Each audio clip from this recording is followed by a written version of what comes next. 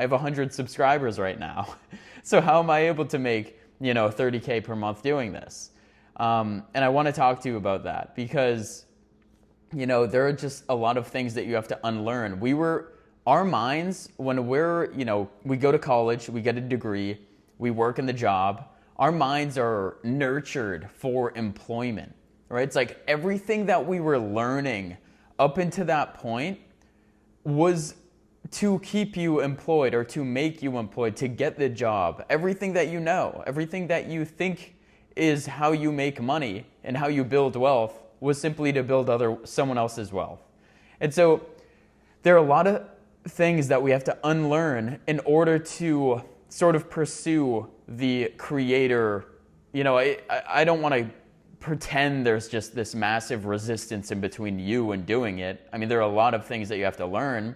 But the life it's not as far as it seems. Like you have a skill and you just simply have the preconceived ideologies and notions of what you believe to be true and how wealth is actually generated. And then you don't have the confidence paired with that skill to say that I actually am good at this. I can get paid for it. Other people want this. I'm pointing my skill at an expensive problem that I can solve for other people. And then I formulate an offer, and then I have the distribution channels and I build them up simultaneously.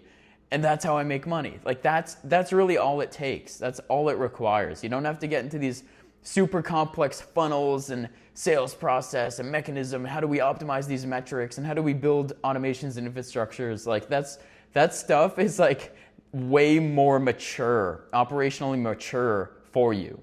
If you're just getting started and you want to get to 30, 40, 50K per month, it's not that hard. Like it's just, you need to know I would say it's simple.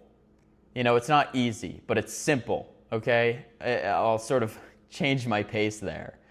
But in terms of my journey, like I went to college, I got a finance degree. Everything that I learned up until that point was to make me an employee somewhere. And you have to recognize it. I think being able to recognize that in everything that you know was simply just, nurturing to get you to be employed somewhere. Okay, and I'm not some savant. I'm not this crazy expert. I'm not the smartest dude in the world. I'm just someone who took relentless action towards something that I wanted, right? Like that's it. And you have to be uncomfortable. You have to actually desire it, because if you're in a cushy sort of 9 to 5, you don't have enough pressure. You have to sort of manufacture pressure. And that was something that I had to lean into, because I realized that, in order for me to buy my dream house or dream car, live my dream life and design it in the way that I truly wanted and have the freedom and not be behind a desk from, 9 or 8 a.m. to 6 p.m. or whatever, right? Working in finance, it's just like you're doing that. I needed to be strategic. I needed the highest leverage things because I only had X amount of hours in the day. So what did I focus on?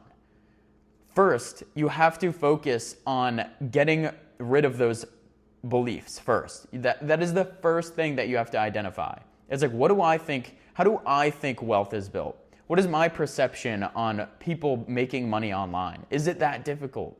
What are they actually doing? What are the components of their brand and their business that actually make everything work? They have an offer, they have distribution, they have a skill set.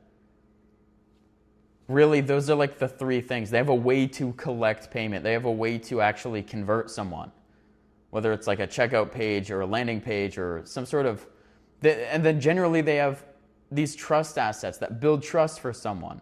And so it's like, okay, when we lay out everything on the table and we ask ourselves, it's like, okay, I'm here, I'm in this position, I have a 9 to 5, I'm working in finance. It's like, what is the thing that I can do now? And so instantly, the first thing that comes to mind is like, we need a way to get in front of people. We need a way to actually build trust with someone. And so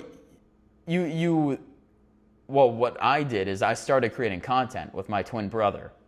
And we just created funny skits. It wasn't anything. But what I did was I was building a skill. And eventually those skits started doing, millions of views, and then, getting into the tens of millions, and then 50 million, 60 million. right? So it wasn't instant. It was a skill that we were building and developing as we sort of got a sense of what the market was actually looking for. And, we were learning, we were growing together, and that's how we understood the attention game. But attention game isn't, that's not the actual thing, right? It's like you can get all this attention, but if it's just people who are, let's just say someone like 40-year-old virgin sitting in his mom's basement, it's like, what is that going to do? It's like, that's not going to do anything. I'm not going to be able to convert him for anything that I want or that he would want. I mean, there could be a transformation there, but that's not the point. What I'm trying to say is that the target demographic that we were reaching was generally people wanting that quick dopamine hit of like entertainment. And that had me thinking, it's like, okay, I'm going to work. My day is structured. Like I wake up early, I go to the gym, I start recording videos. And this is for my new personal brand that I launched shortly after working with my twin brother, and we grew that brand. I wanted to start my own personal brand, and it was around fitness, discipline. It was adjacent to online business. And so what I did was I started building that side of it, the fitness, productivity, motivation, discipline, like the attributes and characteristics that an entrepreneur would have. And so I would do that. I would literally wake up early. I would strategize what I'm going to actually do. I'm looking at inspiration online. I'm figuring out like, what am I actually going to create today? And then I go to the gym and record myself. And I come back home and I record myself. And then I edit it. And I'm waking up at like 6. Right? It's like you have to, in order for this to work, you have to be consistent and you have to be disciplined. Otherwise, nothing's going to change. And you have to change something. If you're waking up at 7 or 8 and then you just get ready, go to work, you work till 6, you come home, you watch Netflix, maybe you eat, you go to sleep. It's like there's nothing in there that you're going to be able to leverage to change your life. Right? It's like maybe if you allocate your time after, 7 to 9 or whatever, it's like you can do that. You'd have, 2-3 hours before you go to bed to actually allocate towards something that you want. But in terms of the transformation, it's like you have to think, it's like, where can I allocate my time and what are the highest leverage tasks? Building an audience right now is going to be the biggest, highest leverage task that you can do. And everyone's telling you, I don't want to just be that guy that's telling you to build an audience because like you already know this. Like you already know that that's important. It's like, why aren't you doing it? You have to be uncomfortable. You have to actually want this. You can't just go about your life and just say like, oh, I'll get to that. Fucking do it tomorrow. Who cares about what anyone else thinks? I literally moved to Tampa by myself. I didn't make a friend. I haven't made a friend yet. That's partially, obviously it's my fault, but I'm just so focused on building my personal brand, doing these videos, helping other people, working with my clients. I don't care. Like I genuinely do not care. Like everything, my routine and what I'm doing on a day-to-day basis is exactly how I designed it. It's exactly what I want to do. You have to lay out everything on the table and identify what is the highest leverage thing that I can do. Is it the content? Is it, I would start with the content. If you're in a 9-to-5, trust me, I've been there. I know how it is. Like I know how it is. I worked in literal asset management. Like my days were screwed. I couldn't do anything. So I had to create time. I had to manufacture time. I had to wake up early. I had to go to the gym and then record and figure out what was my personal brand going to be about. There are plenty of great creators who help you, sort of consolidate like what is my niche, like how do I create a niche, or am I the niche? It's like you can get more molecular into that stuff because they have a direct incentive to teach you that, because then it creates a gap between where you are and where you want to be, and they're the authority that bridges the gap, right? So you're more likely to buy their offer. Like I don't care. I'm for a specific type of person, right? It's like I have a skill that helps people make money. And this is how I did it. I'm literally explaining it to you right now. So I built up the personal brand. I didn't have a monetization path. I didn't care. Like, I didn't know what I wanted. Okay. And so I was like, I just knew that I needed an audience. And so I started building up that audience, and, I grew pretty quickly. And this is how my first coaching offer became a thing, a social media growth coaching. Is I built my audience quickly, leveraging the principles that I knew from working with my twin brother, leveraged those principles on attention, grew my audience. I got 20,000 followers in like 30 days. Right now, I don't really give a shit about followers right now. It's like, you know, like I care about the quality. And obviously I didn't know what I knew now about online business and, you know, generating qualified leads and, you know, really just genuinely helping people coming from that lens instead of just, I want to sell you. And so people started asking me, they're like, dude, how did you create this brand that grew so quickly? What did you actually do? What was the sauce? What was the secret sauce? And I was like, okay, like, I'll just tell you, like, you know, why don't we hop on a call? Hopped on a call and they'd be like, I'd give them sort of this overview of what I actually did. And they're like, dude, like, I need more of this. Like, can I pay you? They were literally like wanting to pay me. And I was like, sure.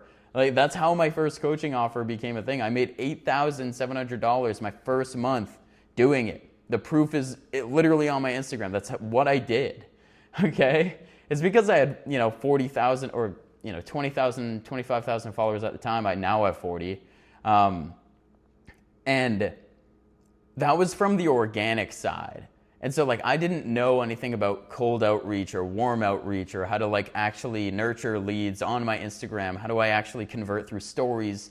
How do I engineer a carousel post that takes them on this journey of like attracting them and then orienting them to a specific problem and then bridging the gap with a conversion mechanism, right? It's like a lead magnet or CTA. And then you get them in the DMs and you get them through your ManyChat sequence or whatever you likely use. You could use Go High Level, and then you capture the email.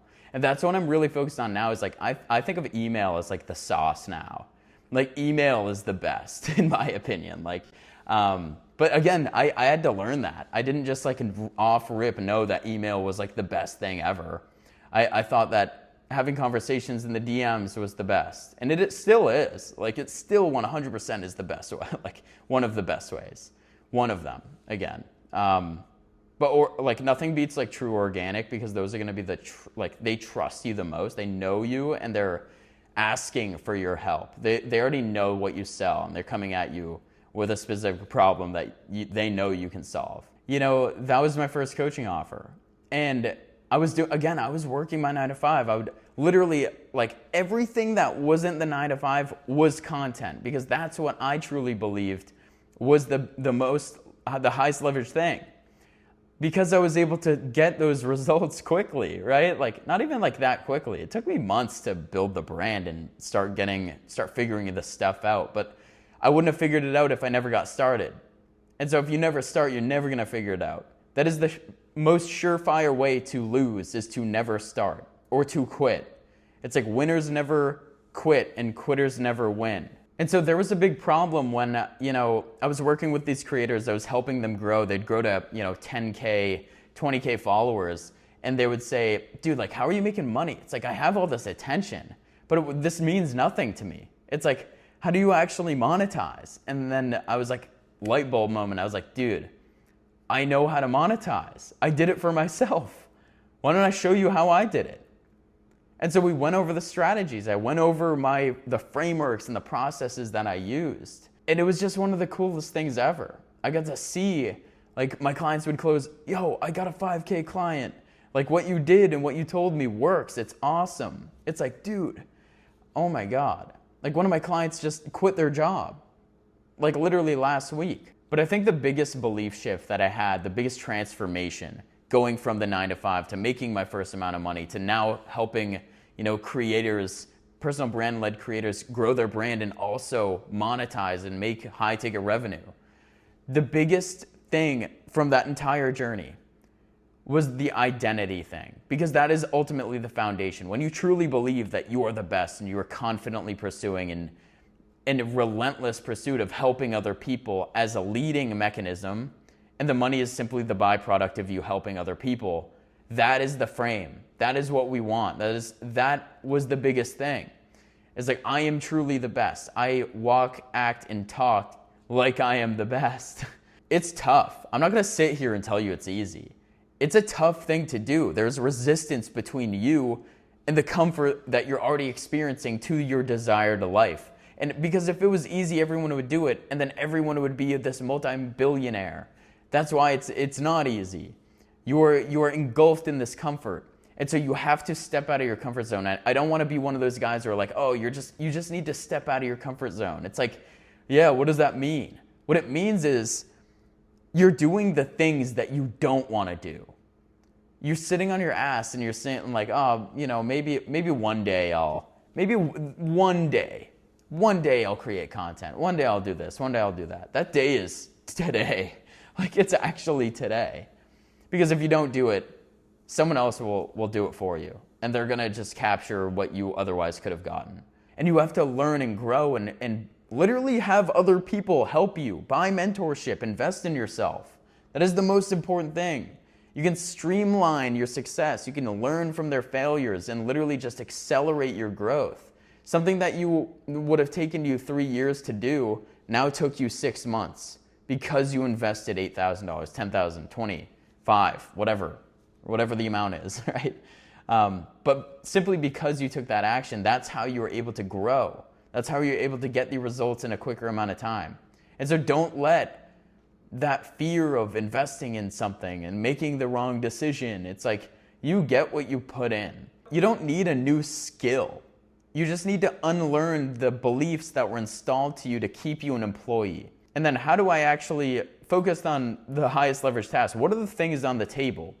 There's the content, the offer, the sales process, the distribution, all of that stuff, right? It's like the buyer path engineering. How do we engineer the path from attention to money into my bank account, into working clients? What do I do for the client? What is my skill set?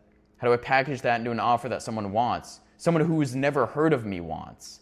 You need leverage, and so you have to identify those things and then focus on them with a relentless pursuit because you need more fire, you need more fuel. You're too comfortable. And if you're too comfortable, you're never going to get what you want. What you want becomes the sacrifice. Hopefully this was a helpful one. I will see you in the next one. Peace out, guys.